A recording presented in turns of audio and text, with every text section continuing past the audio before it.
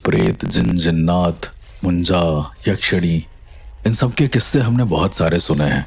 क्या कभी कोई ऐसी कहानी सुनी है जहां पर किसी एक छोटे से बच्चे ने, जो कि मुंजा भी नहीं है, उसने एक पूरे परिवार को अपना निशाना बना लिया हो? मेरी आज की सच्ची कहानी भी कुछ इसी तरीके की है। हमने मुंजा के बारे में सुना कि ऐसे ब्राह्मण के बच्चे जो अपने यज्ञोपवीत संस्कार के पहले मर जाते हैं, वो मुंजा बनते हैं। मुंजा कहीं पे भी आ जा सकते हैं। अगर आप समझाएं तो शायद वो शांत भी हो सकते हैं। पर ये किस्सा कुछ इन सब से हटके था। ये बात रही होगी करीब सितंबर के आसपास की। मेरे पास एक फोन आता है। उस फोन में एक लड़की मुझसे कह रही होती है कि उसे अपने कमरे में कोई दिख रहा है। मैंने डिटेल में उसके बारे में जानना चाहा और मैंने सबसे पहले पूछा कि मेरा नंबर कहाँ से मिला। तो उसने बताया कि मेरे ही किसी एक दोस्त ने उसे मेरा नंबर दिया। मैंने कंफर्म किया। उसके बाद मैंने उससे वो सारे सवाल पूछे। उस लड़की ने कहा कि उसे जब वो सो रही होती है तो पंखे पर 3 बच्चे बैठे हुए दिखते हैं। मैं पहले तो शॉक हो गया। पहले मैंने पूछा कि बच्चों का प्रारूप कैसा है, कहीं वो मुंजा तो नहीं, या कहीं कोई ऐसी एंटिटी तो नहीं जो उसके घर में बेवजह प्रवेश कर गई हो। उस लड़की ने मुझसे कहा कि नहीं, 3 बच्चे हैं और वो तीनों बिल्कुल सफेद हैं ऊपर से नीचे तक। बस उनकी आंखों के नीचे काले घेरे बने हुए हैं जो देखने में बहुत भयानक लग रहे हैं। जिस तरह का प्रारूप वो लड़की बता रही थी, मेरे कुछ समझ में तो आ रहा था कि आखिरकार वो है क्या। जब मैंने उसे और ज्यादा डिटेल में जानने की कोशिश करी तो उस लड़की ने बताया कि जब वो रात को सोती है तो उसकी एक निश्चित टाइम पर आंखें खुलती हैं और जैसे ही उसकी आंखें खुलती हैं उसको लगता है उसके सर के पास वही बच्चे बैठे हुए हैं और उसे घूर रहे हैं। शुरुआती दौर में तो उस लड़की के लिए बहुत ज्यादा भयानक था ये सब, पर धीरे धीरे उसको आदत हो गई। करीबन 1 साल बीत चुके थे इस बात को और वो बहुत ही ज्यादा कैजुअल तरीके से बता रही थी कि उसके साथ ऐसा ऐसा हो रहा है। डरी तो थी पर उसकी आवाज में एक स्थिरता भी थी। मैंने बाकी के सिम्टम्स पूछे तो उसने कहा कि जब वो खाना अपने कमरे में लाती है तो खाने के कुछ टुकड़े गायब हो जाते हैं ऑटोमेटिक। मुझे ये कहानी बहुत ज्यादा फिक्शन लग रही थी क्योंकि आज तक कोई भी ऐसी एंटिटी नहीं है जो किसी खाने को ले जाकर खा ले और वहां पर कुछ भी ना हो। मैंने उस लड़की से उसका एड्रेस पूछा और सीधा उसके घर पहुंच गया। वहां जाकर मैं क्या देखता हूं कि उसका कमरा बहुत ही सूना सूना सा है। ऐसा जैसे आप उदाहरण के तौर पे मान लीजिए कि बहुत सारे लोग खेल रहे हों या फिर बहुत सारे लोग खुशी मना रहे हों और अचानक से उस कमरे को छोड़कर चले जाएं। एक अलग ही ऊर्जा होती है फिर ऐसे कमरे में, क्योंकि बहुत ही नेगेटिव सा लगता है। ऐसा लगता है कि यहाँ पर किसी चीज की तो कमी है। कमी तो वहां पर थी। मैंने उस लड़की से इजाजत मांगी और उस रात वहां रुकने के लिए उससे कहा। मैं कमरे के बाहर खड़ा हो गया और लड़की के हाथ में एक छोटा सा कलावा बांधा। वो कलावा कमरे के दरवाजे से नीचे होते हुए मेरे हाथ में था और मेरे हाथ में जो कलावा था उसे मैंने एक नारियल से बांध दिया। कहा जाता है कि नारियल में अलग ही दैवी शक्तियां होती हैं। यदि किसी तरह के भूत प्रेत या जन जन्नात आसपास होते हैं तो नारियल अपना रंग बदल देता है या फिर नारियल फूट जाता है। मेरे गुरु ने मुझे ऐसी ही एक विद्या सिखाई थी तो मैंने उसी विद्या का प्रयोग यहाँ पर किया। उस लड़की को मैंने सोने का इंस्ट्रक्शन दिया और वो थोड़ी देर के बाद शायद सो भी गई क्योंकि मुझे खिड़की से दिख रहा था कि वो सो चुकी है। थोड़ी देर में मैं क्या देखता हूँ कि लड़की के हाथ पैर जोर जोर से हिलने लगते हैं, ऐसे जैसे उनके हाथ पैर को कोई पकड़ रहा हो जानबूझ के।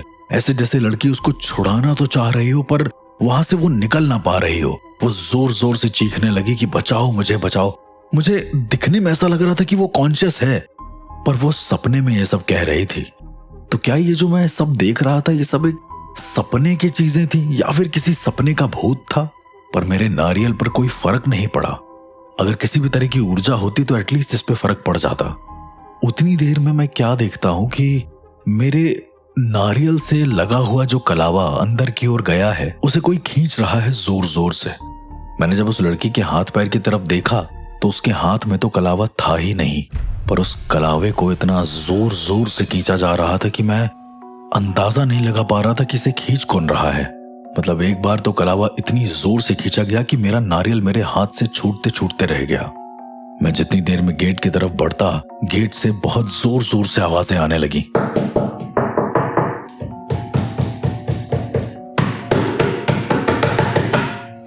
अब ये आवाजें धीरे धीरे और तेज होने लगी।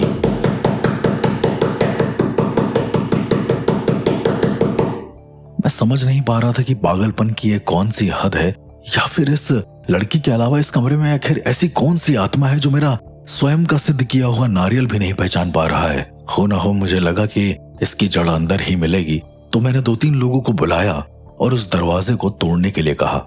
आप यकीन मानिए कि 3-4 लोग मिलकर भी उस दरवाजे को तोड़ नहीं पा रहे थे। वो दरवाजा पूरी तरीके से हिल तो रहा था, पर ऐसा लग रहा था कि अंदर से उसको किसी ने पकड़ रखा है।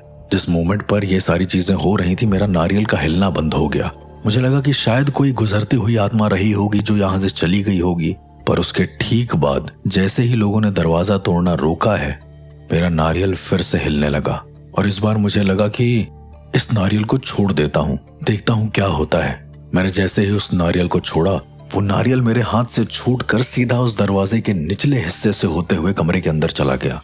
ऐसे जैसे उसको किसी ने बहुत जोर से खींचा हो, क्योंकि गेट तो नहीं टूटा था, बट गेट का निचला हिस्सा जरूर टूट गया था, उस शेप में जिस शेप का वो नारियल था।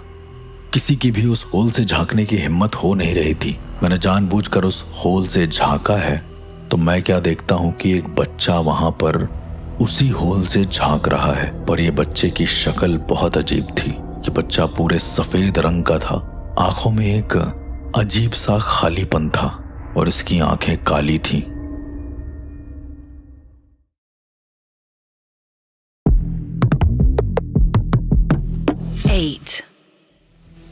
जैसे ही उस बच्चे ने मुझे देखा, वो एकदम से पीछे हो गया।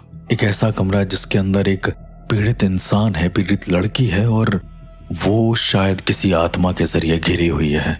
उस गेट को कोई तोड़ भी नहीं पा रहा है। पता नहीं किसी के दिमाग में कुछ सूझा तो किसी ने बाहर से उस गेट के अंदर पानी फेंक दिया। पानी फेंकने के बाद जैसे कहीं पर पानी भर जाता है और उसके बाद उस पर चलते हैं ना, ठीक वैसी ही आवाज बार बार आने लगी। ऐसा जैसे बहुत सारे लोग उस पानी पर चल रहे हों, या शायद उस पानी पर कूद रहे हों एक तरीके से। जितनी देर में हम लोग ये सब सोच पाते, अचानक से पास ही खड़े एक इंसान ने कहा, अरे भैया भैया खिड़की से, खिड़की। वो हमें खिड़की की तरफ बुला रहा था। जैसे ही हम खिड़की की तरफ गए, हमने देखा कि वहां पर वो लड़की है ही नहीं। तो लड़की है कहां पर आखिर? जितना उस खिड़की से दिख पा रहा था, मुझे उस लड़की का कोई भी नामो निशान नहीं दिखा। थोड़ा और ज्यादा गौर से देखने पर बेड के साइड में ही एक ड्रेसिंग टेबल रखी हुई थी, जिसमें लगे हुए शीशे का प्रतिबिंब सामने लगे गेट पर था, जिस गेट को हम तोड़ रहे थे। जब मैंने उस शीशे की तरफ नजर करी तो मैं क्या देखता हूँ कि वो लड़की, उसके शरीर पर एक भी कपड़े नहीं थे और उसके कंधे पर एक बच्चा बैठा हुआ था। थोड़ा और गौर से देखने पर उसके दाहिने पैर को एक बच्चे ने जकड़ रखा था, बाएं कंधे पर एक बच्चा बैठा हुआ था और उसके पेट को पकड़कर एक और बच्चा लटका हुआ था। 3 बच्चे उसके ऊपर इस कदर चढ़े हुए थे जैसे वो उसको खा जाएंगे पूरी तरीके से, और वो बच्चे हंसे जा रहे थे। लड़की आईने में देखकर लगातार रोए जा रही थी, ऐसे जैसे मानो वो मुझसे किसी तरीके की मदद मांग रही हो। और वो तीनों बच्चे हंसते हुए आईने में मेरी तरफ ऐसे देख रहे थे जैसे मैं उस लड़की की कोई भी मदद नहीं कर सकता, चाहे मैं कितनी भी कोशिश कर लूं। अक्सर ऐसी आत्माएं बहुत सामने से चैलेंज करती हैं आपको। मेरी नजर में उस दिन मैं किसी ऐसी आत्मा से जरूर भिड़ा था जो मेरी सोच और समझ के परे थी। हो न हो मुझे लगा था कि मुझे अपने गुरु का ध्यान करना चाहिए। मैं उसी गेट के सामने बैठ गया जहां पर वो नारियल टूटा हुआ था। गेट के सामने बैठने के बाद मैंने सभी को ये बोल दिया कि कोई भी इंसान यहाँ से जाएगा नहीं, और जितने भी लोग हैं सभी के सभी भैरव मुद्रा बनाकर मेरे पास खड़े रहेंगे। दरअसल ये एक ऐसा प्रोसेस है जहां पर आपके पीछे कुछ ऊर्जाएं होती हैं, जो आपके किसी भूत प्रेत से लड़ने में सहायक होती हैं। तो मैंने उन आदमियों को खड़ा कर दिया और उनकी ऊर्जा को अपने अंदर चैनलाइज करा। मैंने गुरु का ध्यान करा तो मुझे पता चला कि इस तरह की आत्माएं या फिर इस तरह के बच्चे जो 10 साल से पहले मर जाते हैं, शास्त्रों के अनुसार उन्हें हम कच्चा कलवा कहते हैं, और ये बहुत ज्यादा खतरनाक होते हैं। मुंजा तो एक बार को आपको बख्श भी सकता है अगर उसे दया आ गई तो, पर कच्चे कलवे अगर लग जाएं तो ये तुम्हें कभी भी बख्शेंगे नहीं और हमेशा ये तुम्हारे साथ रहेंगे। ये कभी भी अकेले नहीं लगते, इनका एक पूरा झुंड आता है और उसके बाद वो उस इंसान की पूरी जिंदगी तबाह कर देते हैं। मैंने जैसे ही ये सारी चीजों को जाना, मैंने वहां पर दिग्बंधन की प्रक्रिया करना शुरू कर दिया। अपनी आंखों को बंद करा और उसके बाद मंत्रोजाप शुरू करा। मुझे लगा कि शायद मेरे मंत्रोजाप से उस लड़की को कोई इफेक्ट पड़ जाए, शायद वो लड़की ठीक हो जाए। पर जैसे जैसे मैं मंत्रोजाप कर रहा था, अंदर से उस लड़की के चिल्लाने की आवाज और उन बच्चों के हंसने की आवाज और ज्यादा तेज होती जा रही थी। चूंकि मैं उस छोटे से होल के सामने बैठा था जो उस दरवाजे के नीचे हुआ था, तो मैं साफ देख सकता था कि अंदर कोई लड़की खड़ी हुई है जिसका पैर पकड़कर कोई बच्चा बैठा हुआ है। मेरे मंत्रोच्चारण और बढ़े तो मैं क्या देखता हूँ कि वो तीनों बच्चे एक एक करके उस होल के पास आते हैं और जोर जोर से चिल्लाने लगते हैं।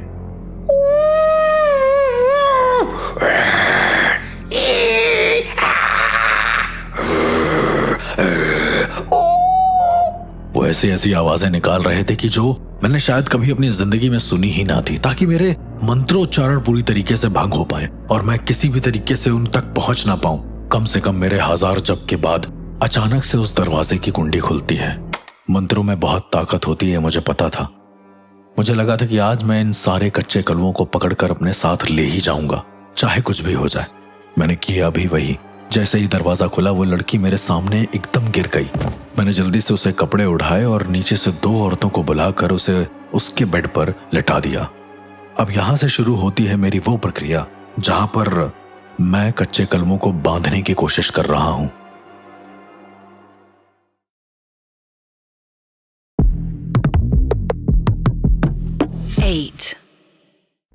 मैंने 4 पानी वाले नारियल, 10 मीटर सूत का धागा, लाल चंदन, हल्दी और कुछ राई मंगवाई। ये एक प्रोसेस होता है जिसमें हम कच्चे कलमों को पकड़ सकते हैं। बस मेरा एक प्रयास था कि इस बच्ची को कुछ ना हो। साथ ही साथ मैंने 3 अलग अलग जंतुओं को भी मंगवाया, एक मुर्गा, एक उल्लू और एक खरगोश। आत्मा बंधन की इस प्रक्रिया में मुझे ऐसा लग रहा था कि मैं तीनों आत्माओं को कैद करके इन्हीं जंतुओं के अंदर लगाकर किसी जंगल में छोड़ दूं, और जब इन जंतुओं की मृत्यु हो जाएगी तो इन लोगों को मोक्ष अपने आप धारण हो जाएगा। मैंने वही प्रक्रिया करी। मैंने बेड के चारों कोनों में 4 पानी वाले नारियल लगा दिए और उसे सूत के धागे से इस तरीके से बांधा कि बेड का एक पाया से दूसरा पाया, फिर दूसरे से तीसरा और तीसरे से चौथा, फिर चौथे से फिर पहला। इस तरह से मैंने सूत के धागों को बांधना शुरू करा तो एक बैरिकेडिंग लग गई। अगर आप आम भाषा में समझें, दरअसल ये एक सुरक्षा की प्रक्रिया होती है। सूत के धागे में बहुत ताकत होती है। उस सूत के धागे के ऊपर मैंने लाल चंदन गिराया और लाल चंदन गिराने के पश्चात उस पर हल्दी लगाई।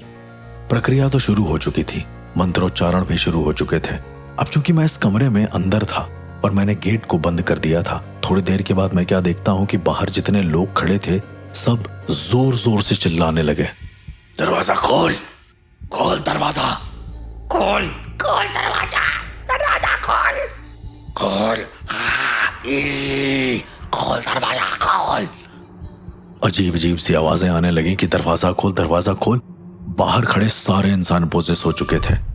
जरा इमेजिन करिए कि आप किसी ऐसे कमरे में हैं जहां पर कोई भी आपकी मदद नहीं कर सकता और बाहर सारे लोग पोजेस हैं और आप अंदर उसी आत्मा को बांधने की प्रक्रिया कर रहे हैं जो आत्मा आपको कमरे के अंदर बैठाल कर मंत्रोच्चारण करवा रही है। जैसे जैसे मंत्रोच्चारण हो रहे थे वैसे वैसे ये आवाजें और तेज होने लगी। थोड़ी देर के बाद मैं क्या देखता हूँ कि वो चारों के चारों नारियल जो बेड के चारों कोनों में रखे हुए थे एक साथ एक एक करके फूट गए। उसके कुछ टुकड़े मेरे सर पर भी आके लगे, जिससे मुझे जख्म हो गया बहुत गहरा, पर फिर भी मैं वहीं पर बैठा रहा। प्रक्रिया के खत्म होते होते अचानक से मैं क्या देखता हूँ कि वो लड़की जो सूत के धागों के बने एक घेरे के अंदर थी, वो अचानक से उठ के जोर जोर से चिल्लाने लगी। वो उस धागे को तोड़ने की कोशिश करने लगी, पर अफसोस कभी कभी आपके गुरु के दिए हुए आशीर्वाद इतने ज्यादा प्रबल होते हैं कि आत्माएं कुछ भी कर लें उसको तोड़ नहीं पाती। इसके साथ भी वही हुआ। इसने वो सारा लगा हुआ चंदन अपने मुंह पर लगा लिया और थोड़ी देर के बाद ये लड़की बेहोश हो गई। लड़की के बेहोश होते ही अचानक से वो तीनों जंतु जो मेरे पास थे एक पोटली के अंदर, वो तीनों के तीनों अचानक से जोर जोर से चिल्लाने लगे अपनी आवाज में। मैंने उस पोटली को और ज्यादा टाइट करा और सीधा वहां से लेकर उसे निकल गया एक जंगल की ओर। जंगल में जाते हुए मुझे लग रहा था कि शायद वो तीनों आत्माएं मेरा पीछा करें, पर उन तीनों आत्माओं को तो मैंने बांध दिया था। धीरे धीरे मैं जंगल के बीचों बीच पहुंच गया। सबसे बड़ा टास्क अब यह था कि इन तीनों जानवरों को छोड़ें कैसे, क्योंकि अगर मैं छोड़ूंगा तो ये मेरे ऊपर हमला करेंगे। मैंने मुर्गे और खरगोश को एक ऐसी जगह पर छोड़ दिया जहां पर कई सारे जंगली जानवर, शेर और बाघ घूमते थे, ताकि जैसे ही मैं इनको छोड़ूं उन्हें इनकी महक लगे और वो लोग इन्हें खा जाए। रही बात उल्लू की, तो उल्लू को मैंने किसी ऐसे क्षेत्र में छोड़ा जहां पर चील और बाजों का साया था, लेकिन उसको छोड़ने के लिए बहुत सारी तरकीबें लगानी पड़ी। मैंने पहले मुर्गे और खरगोश को तो छोड़ दिया, लेकिन जब मैं दूसरी तरफ जंगल के आया जहां पर चील और बाजों का साया था, वहां पर आकर मैं क्या देखता हूं कि उस उल्लू के लिए बहुत सारे अलग अलग उल्लू की आवाज आने लगी, क्योंकि उल्लू रात में सक्रिय हो जाते हैं। मैंने पूरी रात उस जंगल में बिताई उस कच्चे कलवे के साथ। चूंकि मैंने उनके समूह को अलग कर दिया था, इसलिए वो बहुत जोर जोर से चिल्लाने लगे थे। सुबह के करीब 5:35 हुए और मैंने उस उल्लू को छोड़ दिया जिसे दिखना बंद हो चुका था, और उस जंगल से काफी दूर निकल आया। इस लड़की से मैंने हर रोज हनुमान चालीसा और शिव स्तुति करने का आग्रह किया, कम से कम 6 महीना, ताकि उसके शरीर की ऊर्जाएं नियंत्रित हो सके, और कहा कि अगर हो सके तो एक ज्योतिर्लिंग भी होकर आ जाए, जिससे उसके हो रहे कष्टों को थोड़ी राहत मिल सके। इसके बाद मैं वहां से जाने लगा। जाते जाते मेरे कान में कुछ आवाज आई।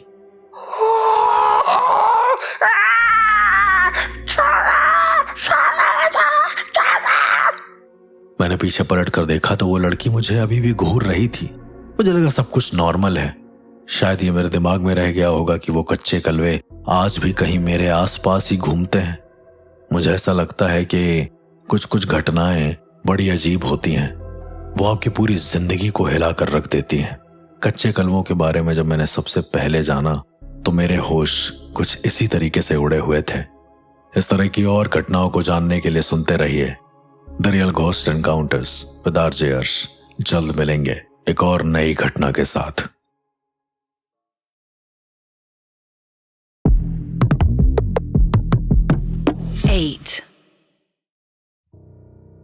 पैरानॉर्मल दुनिया में कभी कभी मैं इतना खो जाता हूं कि आम जिंदगी में आने का टाइम ही नहीं मिलता।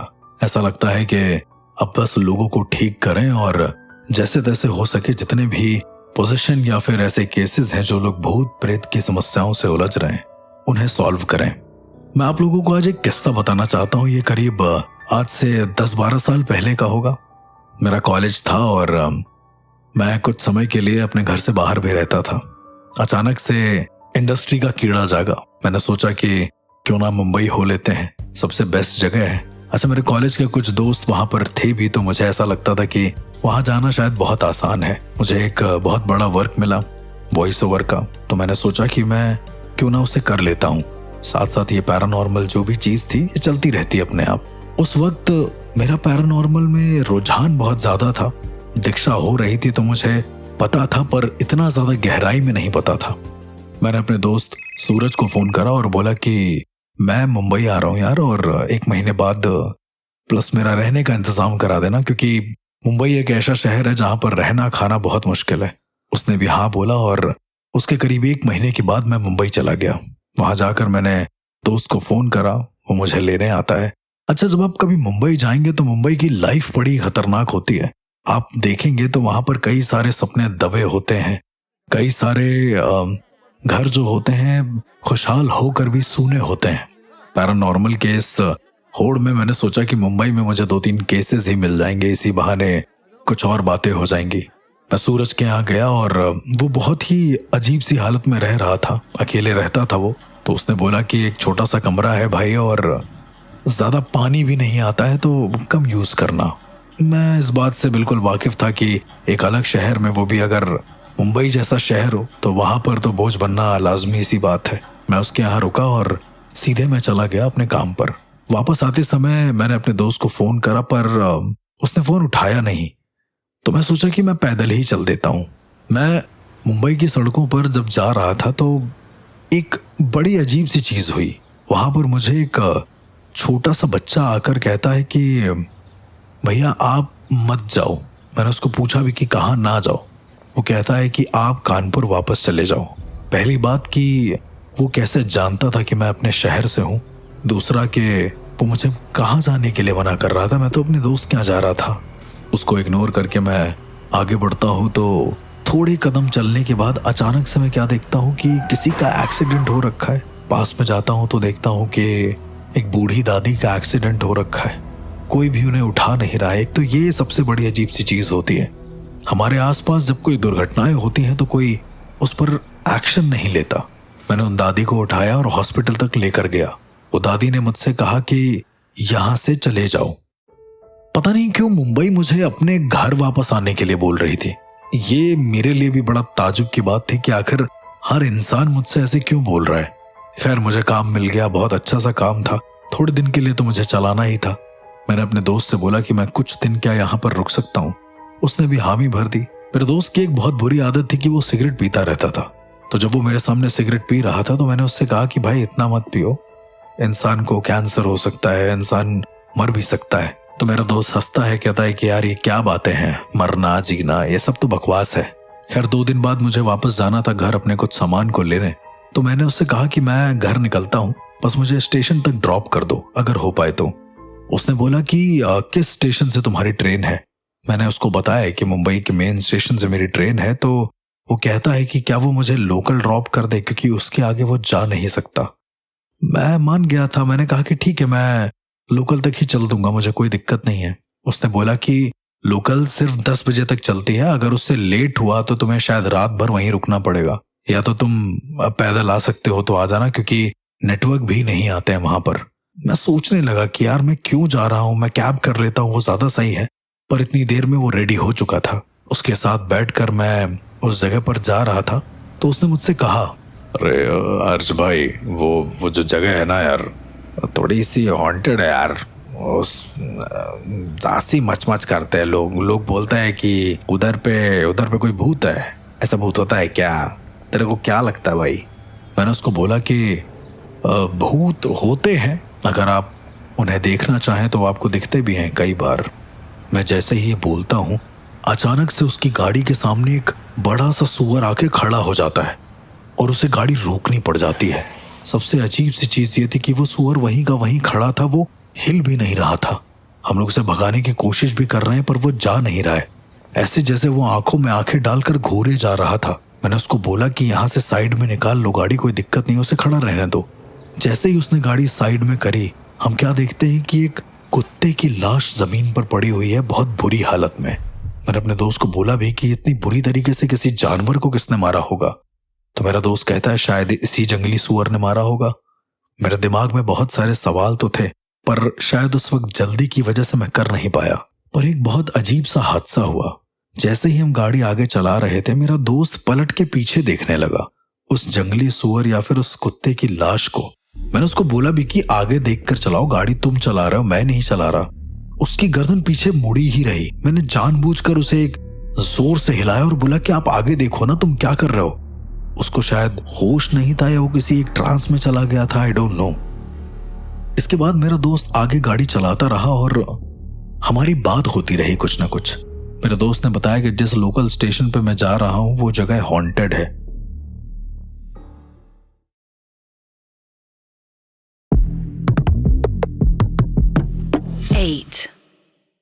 कई बार ऐसा होता है कि जब आपके अपने दोस्त अपने नेचर के विपरीत बोलने लगते हैं तो आप बार बार ये सोचने लगते हैं कि वो वही हैं या फिर कोई और है। ऐसा ही हुआ मेरे दोस्त के साथ भी, जब उसने मुझे बताया कि जिस लोकल स्टेशन पे वो मुझे ले जा रहा है वो स्टेशन हॉन्टेड है। मेरी थोड़ी सी हंसी भी निकली, पर दोबारा मैंने सोचा कि वो इतना सीरियस होकर कभी बोलता नहीं है। आज उसने ये बात कही है। मैंने उसको पूछा भी कि भाई तुम हॉन्टेड और इन सब चीजों में कब से मानने लगे? तो वो मुझसे कहता है, अरे यार भाई वहां पे देख, मैं तेरे को बताता है, वहां पे ना 5-6 मर्डर हो चुका है आज से 1-2 महीना पहले। तू समझ, वो जगह हॉन्टेड है भाई। मैं उसकी बात सुन के केवल हंस रहा था, क्योंकि मुझे किसी भी तरह का सुपर नेचुरल फील हो नहीं रहा था। इसके बाद गाड़ी सीधे उस लोकल स्टेशन के बाहर रुकती है, जहां से मुझे लोकल पकड़ के सीधा अपने मुंबई स्टेशन पे जाना था। उसे जल्दी थी तो मेरा दोस्त वहां से चला गया। मैं काफी देर वहां खड़ा रहा पर कोई लोकल आई नहीं। मैंने आसपास के लोगों से भी पूछा तो उन्होंने कोई ऐसा खास रिस्पॉन्स करा नहीं। 11 बज चुके थे, मुझे लगा कि शायद 10 बजे के बाद लोकल बंद हो जाती है। पर अगर 10 बजे के बाद लोकल बंद हो जाती है तो मेरे दोस्त ने इतनी लेट मुझे छोड़ा क्यों? और वो जंगली सुअर, वो कुत्ता, उसको देखने के पीछे इतना पागल क्यों हो गया था?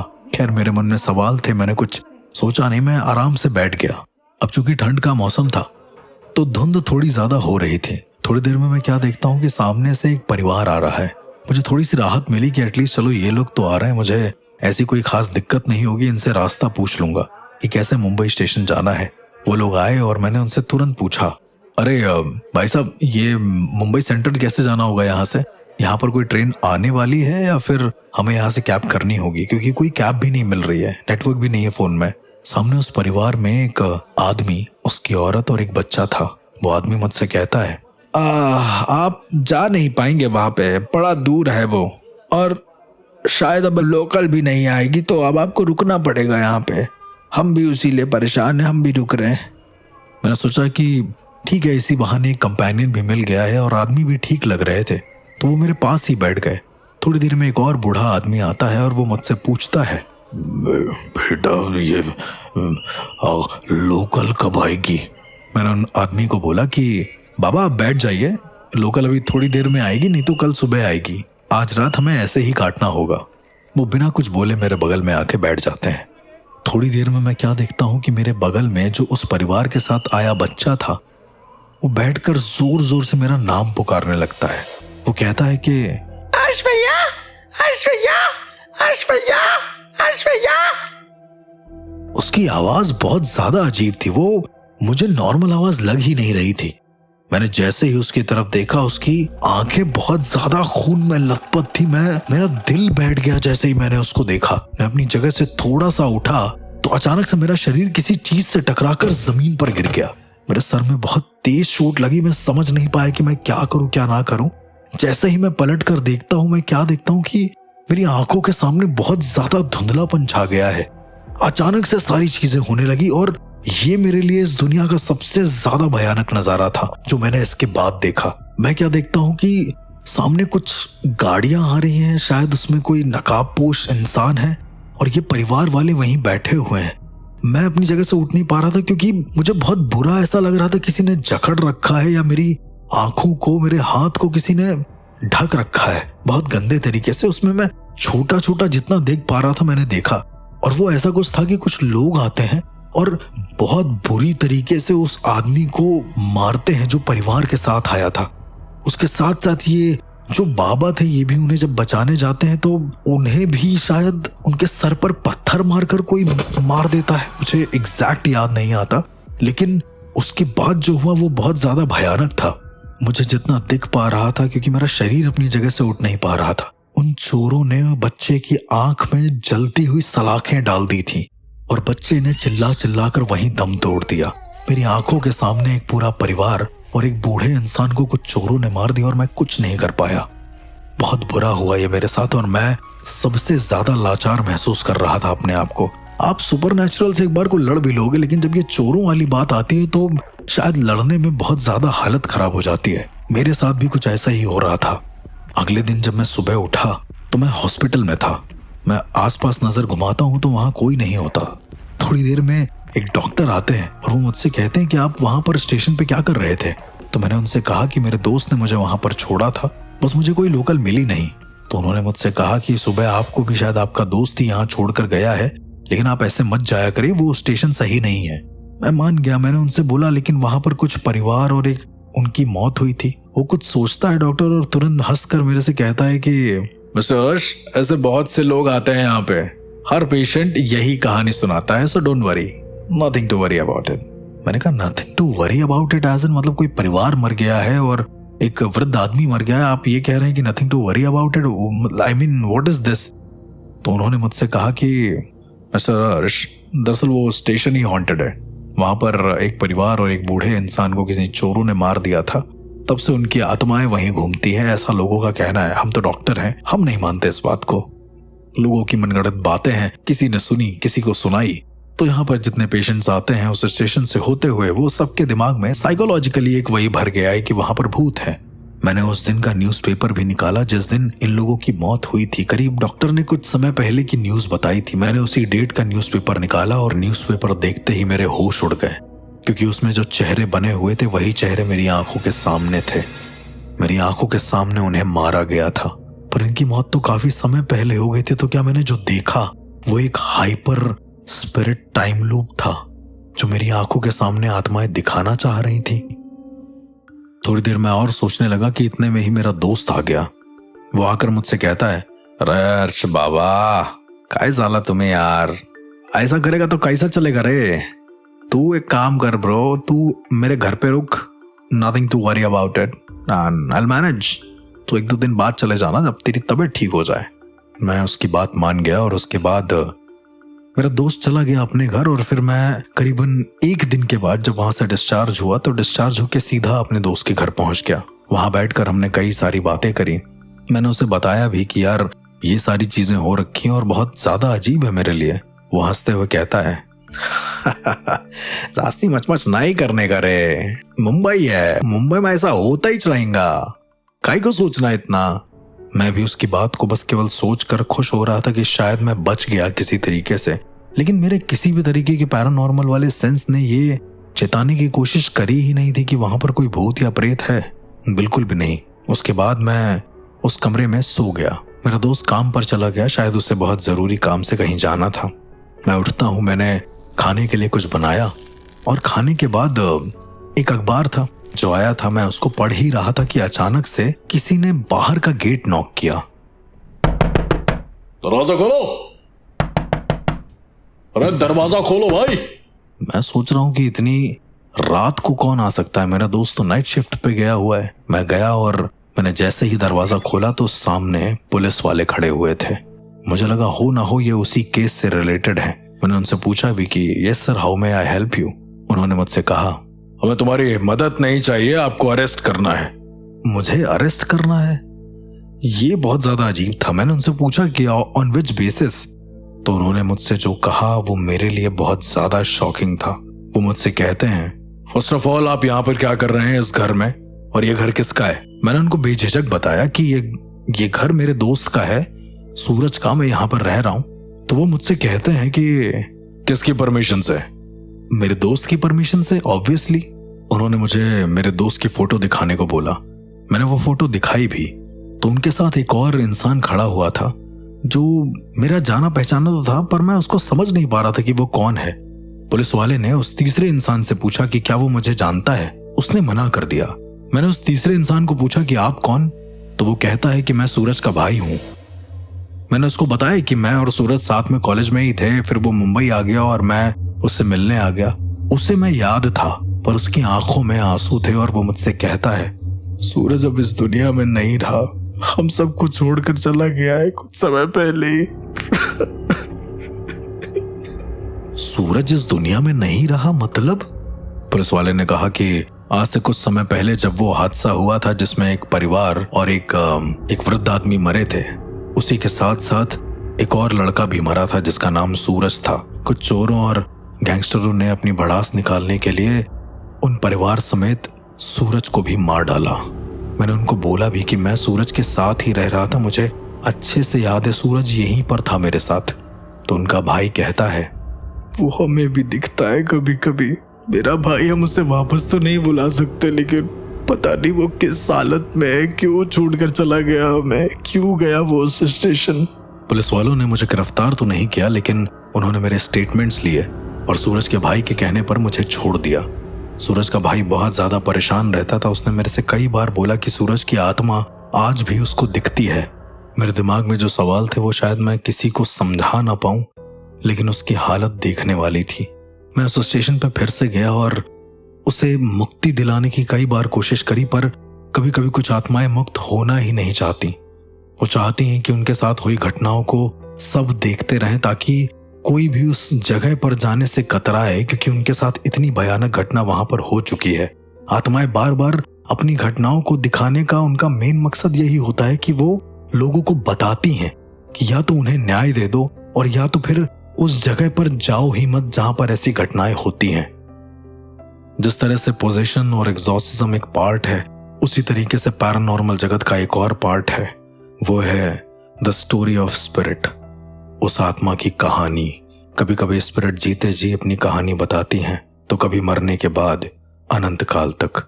ऐसी ही और कहानी को जानने के लिए सुनते रहिए the real ghost encounters with RJ Harsh. मिलेंगे अगली कहानी में।